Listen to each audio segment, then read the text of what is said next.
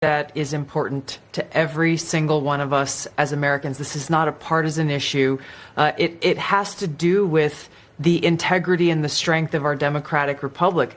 And it lays out this over 100 documents that you're referencing that I released, declassified and released, spells out in great detail exactly what happens when you have some of the most powerful people in our country directly leading at the helm, President Obama and his senior-most national security cabinet, James Comey, John Brennan, James Clapper, and Susan Rice and others, essentially making a very intentional decision to create this manufactured, politicized piece of intelligence with the objective of subverting the will of the American people, who in November of 2016 delivered a historic victory to President Trump, defeating Hillary Clinton.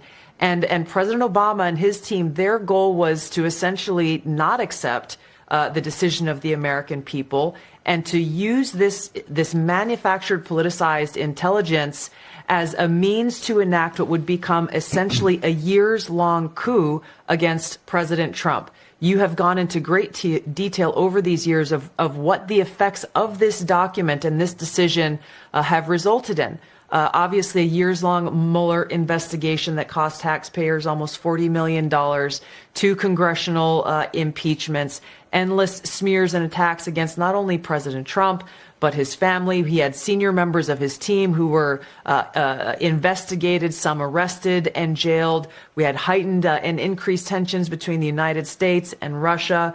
The list goes on and on about the consequences of President Obama and his senior cabinet members politicizing intelligence once again, and I say these words very clearly, to enact what was essentially a years-long coup, subverting the will of the American people in that election in November. Now, you referenced this President's Daily Brief document that was drafted for President Obama in early December that reaffirmed what the intelligence community professionals, as you say, had been assessing for the previous 6 months leading up to the election, which was that Russia neither had the intent nor capability to essentially hack the outcome of the U.S. election. As you said, President Obama's political appointees pulled that document before it could be published, and it has not been published until we released it today. And the very next day after they pulled that document, President Obama called a National Security Council cabinet meeting to discuss how Russia interfered with the election. Again, this is the first week of December. 9th, President right? Trump had already won. Correct. This is the December 9th meeting. That's exactly right. The December 9th meeting, we declassified and released what they call the summary of conclusions from that meeting. Then DNI James Clapper took the lead on what President Obama wanted done, and which was essentially create a document that tells us not if, but how Russia interfered with the election. President Obama delivered the conclusion that he wanted the intelligence community to reach and directed them to find and essentially create and manufacture the intelligence to support the conclusion that President Obama wanted to deliver to the American people. Once that document was drafted, the deep state kicked into gear and did what they usually do. They started leaking this classified information out to their friends at the Washington Post and others who are working hand in glove with the deep state to lay the groundwork for the assessment that they eventually released that served as the basis once again for this years-long coup with the goal of trying to subvert the American people's will and usurp President Trump from being able to deliver on the mandate that the American people gave to him when they chose to elect him as president of the United States. So you had career intel people that came to a conclusion that, in fact, Russia did not interfere, that it had no impact, and they didn't like the assessment, and they have this meeting with President Obama at the time, and they make the decision, a very conscious decision, to pervert real intelligence, turn it into phony intelligence, but also simultaneously something else was happening.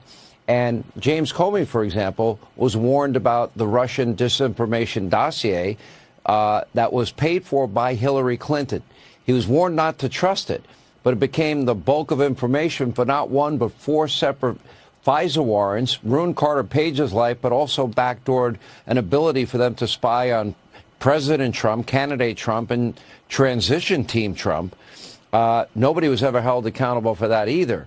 Now, to me, it sounds like you have appointed, powerful bureaucrats that just flat out created a narrative that was false to undermine a duly elected president. Now, if that's not a grand conspiracy, I don't know what would be. Do you see crimes here?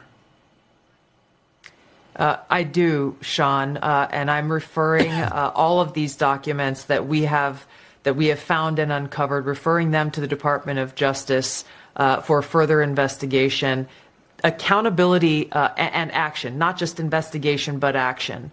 Accountability has to take place. The American people's ability to have faith and trust in the integrity of our democratic republic is literally what's at stake, and therefore the future of our ability to exist as the country that we know it. This accountability is critical to make sure that this never happens again. Exposing the truth and naming those who are responsible should drive that accountability that has to take place. I just want to mention quickly, Sean, you mentioned the Steele dossier.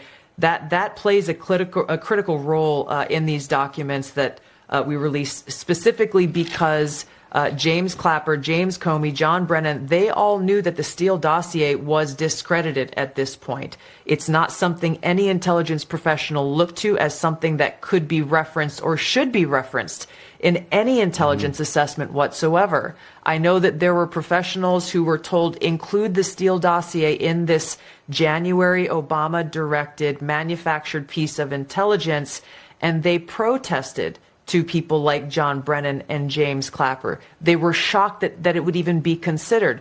The Steele dossier was used in this manufactured assessment that President Obama directed be created, along with many other pieces of intelligence that the intelligence community itself, for months leading up to the election, said this is not credible and should not be used at all.